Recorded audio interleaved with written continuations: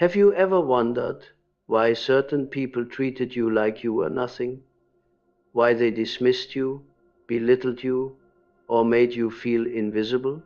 Here is something I shall present that will fundamentally change everything you thought you knew.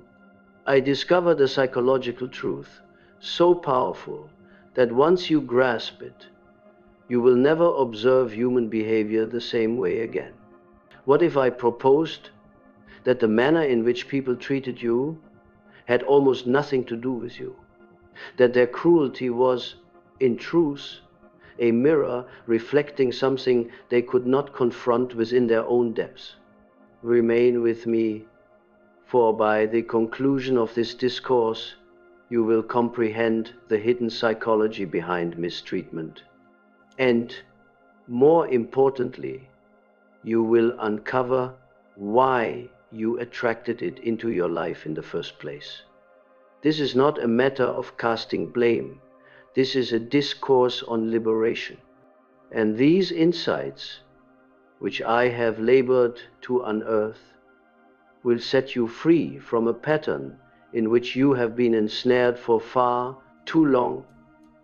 Let us commence with the painful truth. You have been mistreated. Perhaps it was a parent who never validated your being, a partner who perpetually criticized you, friends who violated your trust, or colleagues who undermined your every endeavor. You have undoubtedly asked yourself 1,000 times, what did I do wrong? Why me? Am I truly so unworthy? In the view of analytical psychology, these questions, I must assert, have missed the mark entirely.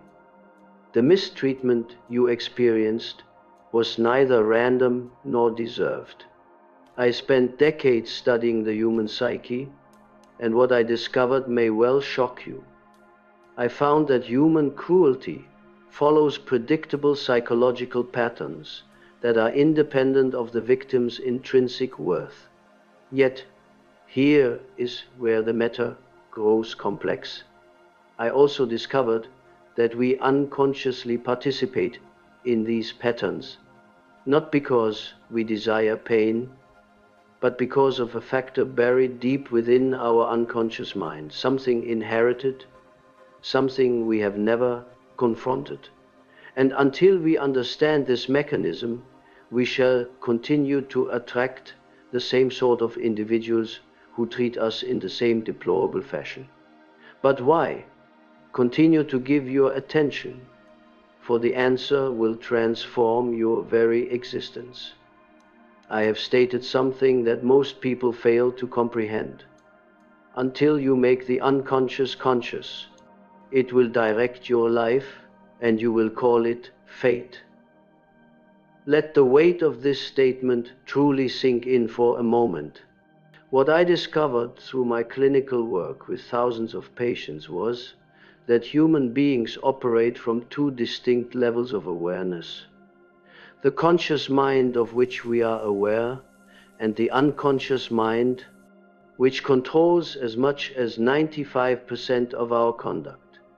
The unconscious mind holds everything we have repressed, denied, or refused to acknowledge about ourselves. I term this the shadow. And here is the crucial point. Your shadow does not simply rest quietly in the background. It actively molds your reality. It influences whom you are drawn to, whom you permit into your life, and, yes, how people treat you. In my view, the individuals who mistreated you were, in fact, responding to something invisible that you were unconsciously projecting. Not your stated aims or your conscious values, but the unresolved wounds, the denied aspects of yourself, the portions you have banished into the darkness. These people were not randomly cruel. They were drawn to you, and you to them, through a psychological magnetism that neither party grasped. I discovered that this entire process is completely unconscious. The person inflicting the mistreatment does not awaken thinking, "I shall destroy this individual today." And you did not consciously think, "I desire someone to inflict pain upon me." Yet, the dance occurs regardless, orchestrated by forces below the surface of awareness. This is the dance of the shadow, and it is about to become even more revealing. I discovered one of the most profound truths concerning human relationships. We do not perceive people as they truly are.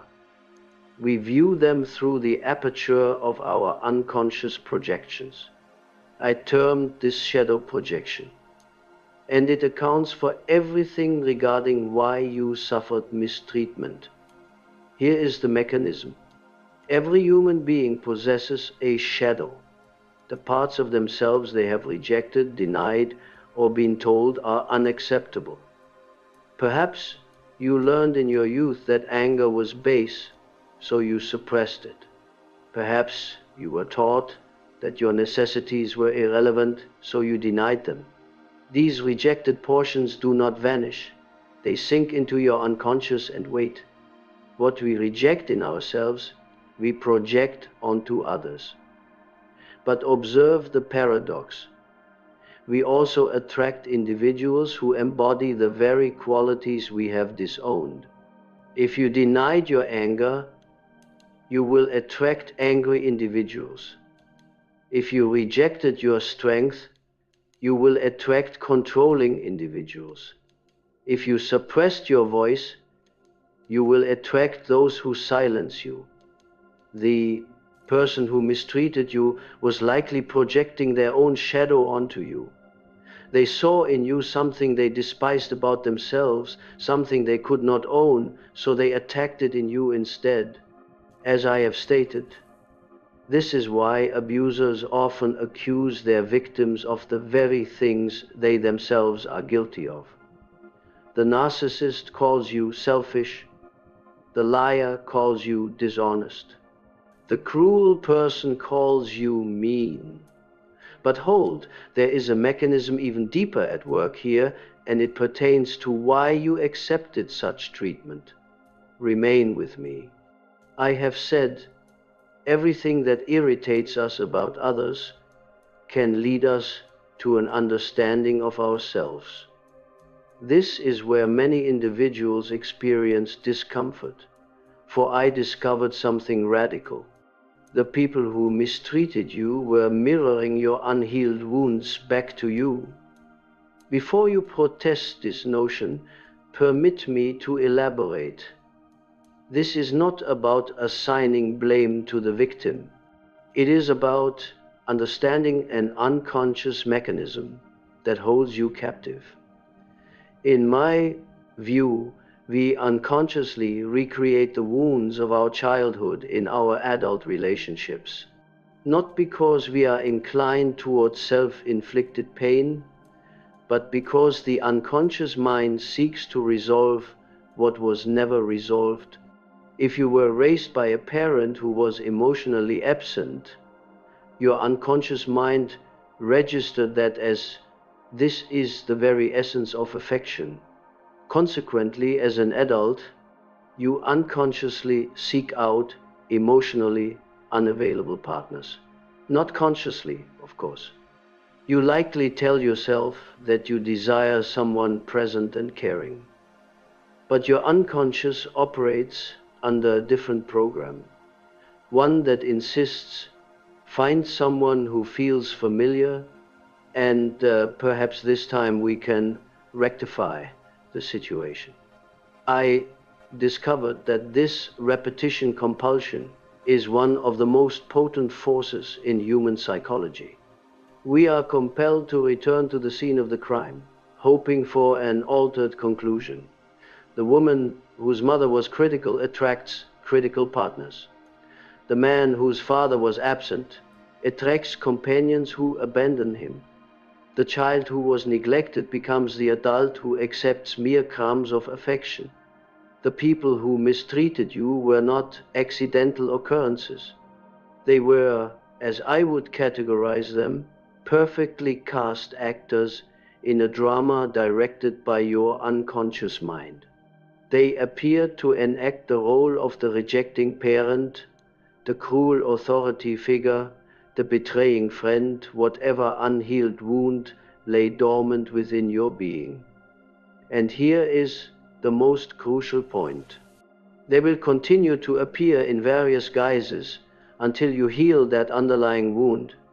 You may change your city, your profession, your partners, but the pattern will follow you.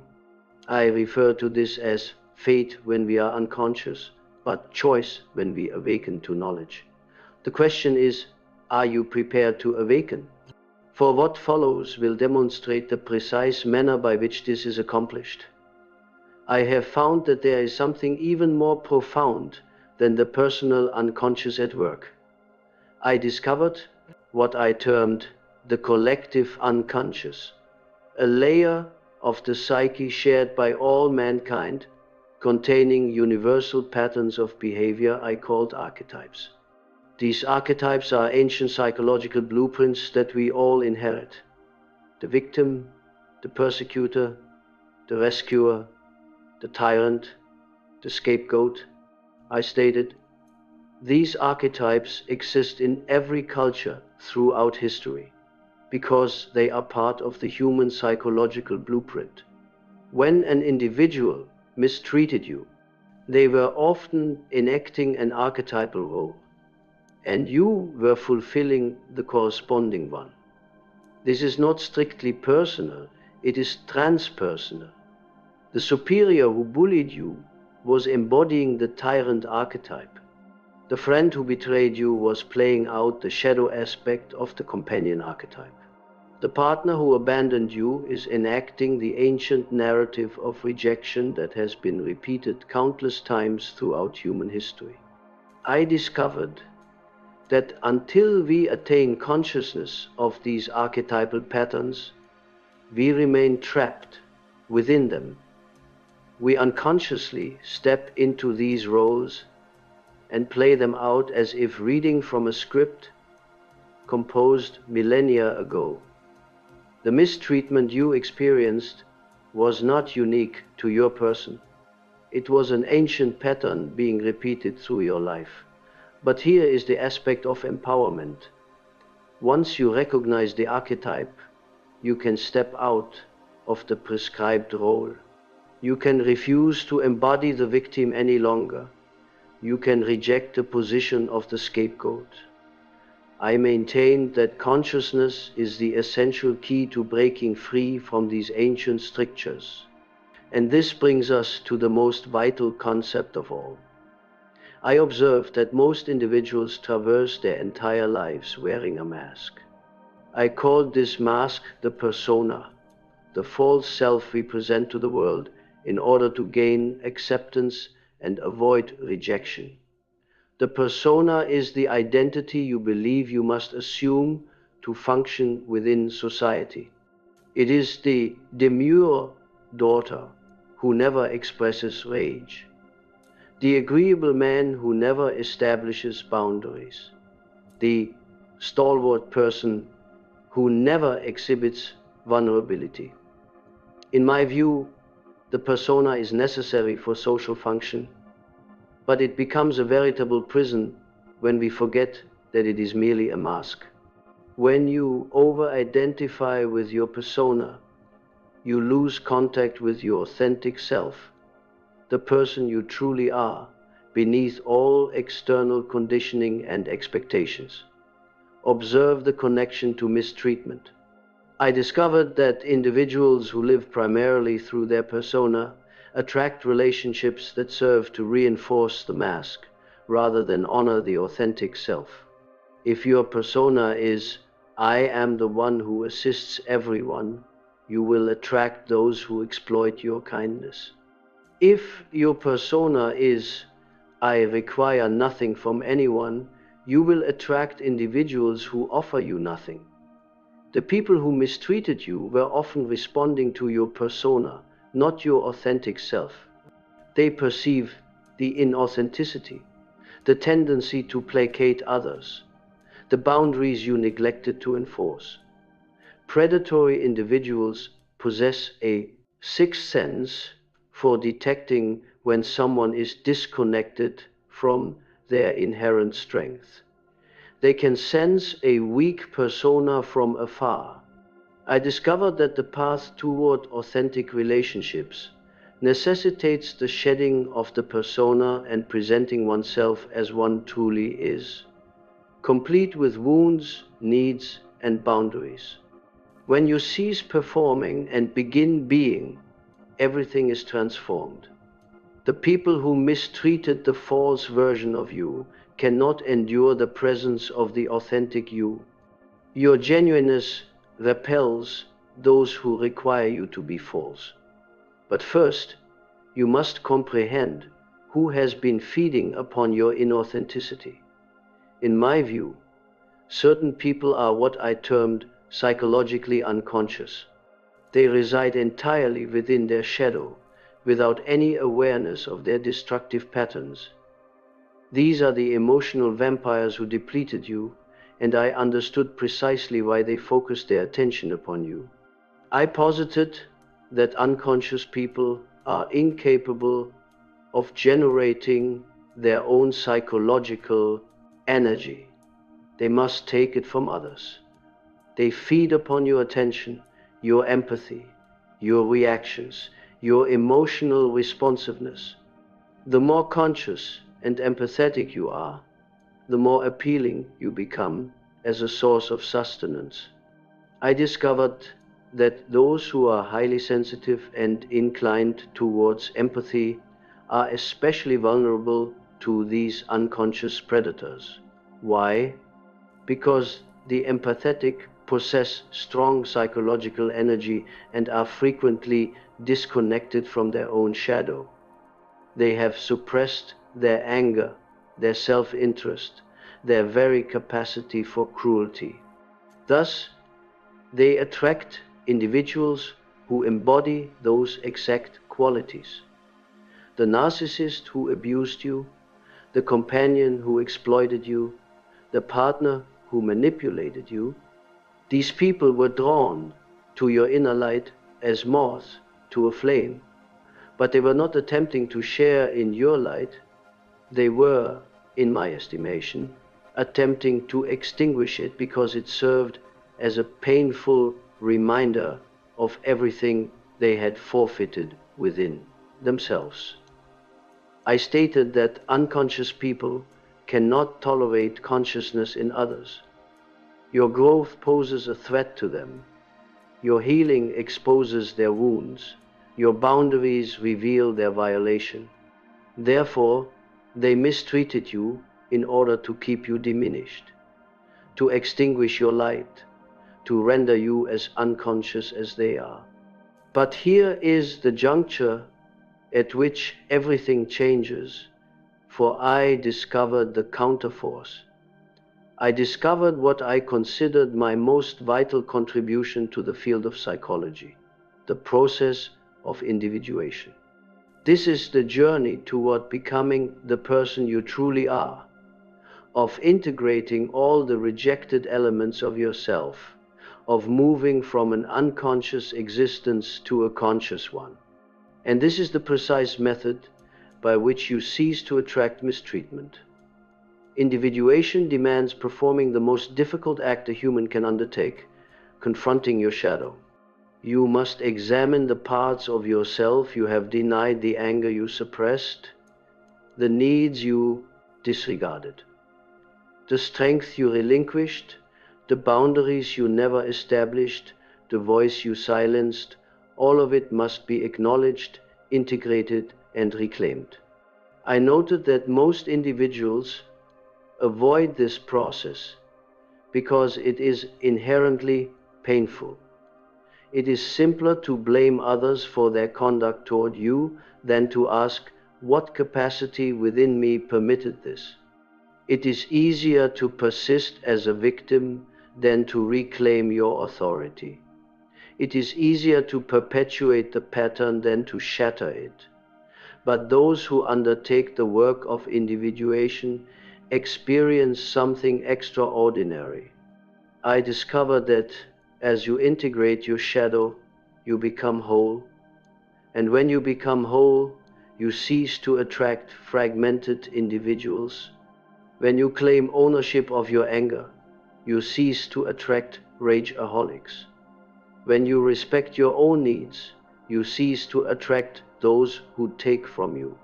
When you establish clear boundaries, you cease to attract those who violate them. The energetic quality you emit is fundamentally altered. The individuation process transforms you from an individual to whom life happens into one who consciously creates their life. You cease to be a mere character in someone else's unconscious drama and become the author of your own narrative. But individuation is not a singular event. It is a lifelong commitment, and it commences with a solitary but potent decision. Allow me to illustrate the nature of that decision. I stated, I am not what happened to me, I am what I choose to become. This is the precise point at which you permanently break the pattern of mistreatment. Breaking free requires both psychological comprehension and definitive action. Allow me to guide you through this framework. First, you must recognize the pattern. I discovered that most individuals are so identified with their suffering that they cannot perceive the pattern they are endlessly repeating. Examine your relationships with honesty. Do you persistently attract the same sort of person in different bodies? The same emotional unavailability, the same criticism, the same betrayal? Recognition is the first prerequisite for freedom.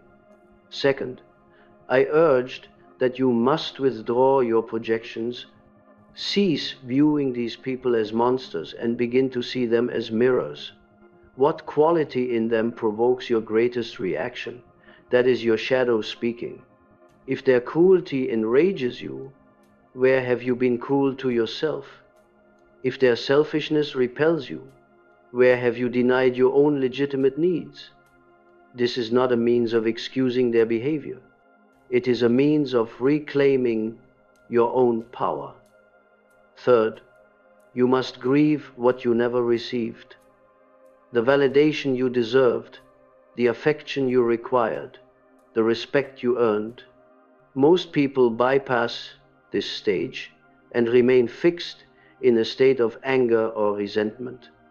But I discovered that losses which are not mourned keep us bound to the past.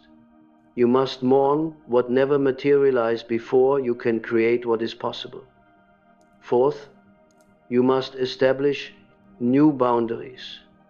I maintain that boundaries are the physical manifestation of self-respect. Every instance in which you enforce a boundary, you are signaling to your unconscious mind, I matter. My needs matter. I shall not accept mistreatment. Observe how rapidly individuals retreat when you cease to permit their unacceptable conduct. Fifth, I discover that you must consciously choose different people. Your unconscious will retain a pull toward familiar patterns. That emotionally unavailable person will still possess a sense of familiarity, a feeling you misinterpret as affinity. That critical person will still feel as though they are merely being truthful. You must deliberately override that unconscious programming with conscious choice. Choose the person who feels unfamiliar but who is truly healthy. Choose the relationship that feels strange precisely because it is secure. There arrives a moment in the individuation process where all things shift. I term this the transformation, the demise of the old self and the emergence of the new. And this is the point at which you stand presently, whether you fully realize it or not. I stated that transformation is not a comfortable experience, The old self must pass away. The people pleaser must pass away. The victim must pass away. The person who accepted meager provision must pass away. And death is invariably accompanied by a feeling of loss, even when that which is dying deserved to be relinquished. You will mourn the old patterns even as you surpass them. You will feel the absence of the familiar pain even as you step into an unfamiliar state of peace. I discovered that during this stage of transformation, you will be tested. The people who mistreated you may suddenly reappear, offering precisely what you once craved from them. This is the final examination of existence. Will you revert to the familiar pain, or will you honor your transformation? I noted that most individuals fail this test in the initial attempt. They return, they offer another opportunity, they believe that this time the outcome will be different. But genuine transformation, I maintained, means recognizing that these people have not changed, you have, and the person you are becoming no longer fits into the confines you once occupied. The old surroundings will feel too confining. The old relationships will feel suffocating. The old patterns will feel intolerable. This very discomfort is evidence of your growth. I said, there is no coming to consciousness without pain. You are experiencing the pain of evolution. Embrace it. I provided the theory, but I also established practical instruments. Here are the precise steps you must take, commencing this very day, to ensure you never again accept mistreatment. First, I recommend that you begin a shadow journal. Each evening, record what provoked a reaction in you that day. Who annoyed you? What behavior was bothersome? Then pose the question, what does this reveal about my own shadow? This practice builds self-awareness more swiftly than any other. As I have stated, until you make the unconscious conscious, it will direct your life. This journal serves to make the unconscious conscious. Second, I discovered the power of active imagination. Devote 15 minutes daily to quiet contemplation or meditation. Visualize yourself establishing boundaries with the individuals who mistreated you. Imagine verbalizing what you were never able to say. This serves to reprogram your unconscious mind and facilitates the setting of actual boundaries in your life. Third, you must cultivate what I termed the witness consciousness, the capacity to observe your own ingrained patterns without moral judgment. When you feel that old compulsion towards someone who is detrimental to your well-being, pause. Observe that compulsion. Say to yourself, that is my wounded inner child seeking what is familiar. But I am now the conscious adult, and I shall choose differently. Fourth, I stated, you must find your individuation community. Individuals who are also committed to the work of becoming conscious. You cannot achieve wholeness in isolation, nor can you heal in the presence of those who desire you to remain diminished. Seek out wise counselors, therapeutic groups, spiritual fellowships, or companions who are committed to growth. These people will reflect your light back to you, rather than attempting to extinguish it. Fifth, I discovered that you must engage with your dreams. Your unconscious mind communicates with you each night through symbols and metaphors. Maintain a journal of your dreams. Take note of themes that recur. Your dreams are revealing. what remains unhealed, what is prepared to be integrated, and what is attempting to emerge into your conscious life. Sixth, practice radical self-honesty. In my estimation, self-deception is the most significant impediment to individuation. Cease lying to yourself regarding why you tolerate mistreatment. Stop making excuses for individuals who show you exactly who they are. The truth will ultimately liberate you, but it will first necessitate that you become uncomfortable. I dedicated my entire life to studying one central inquiry. How do we become the individuals we truly are?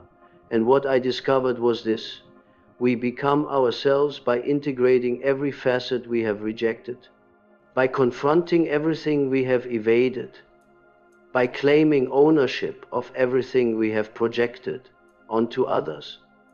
The people who mistreated you were, in a certain sense, your most profound instructors.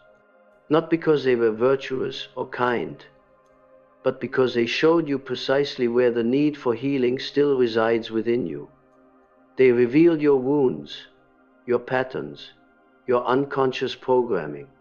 And now that you possess the vision to see it, it cannot be unseen.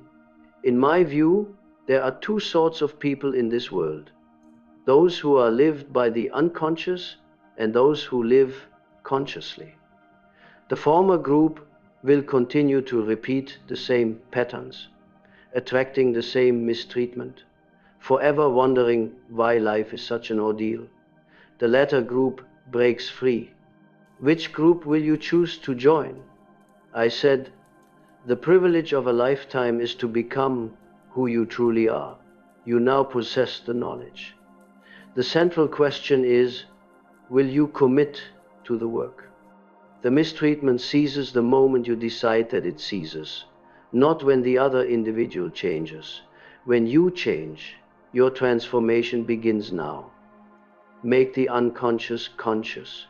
Integrate your shadow. Become whole and observe how every aspect of your life is transformed. The power has always resided within you. I bid you welcome home to your own being,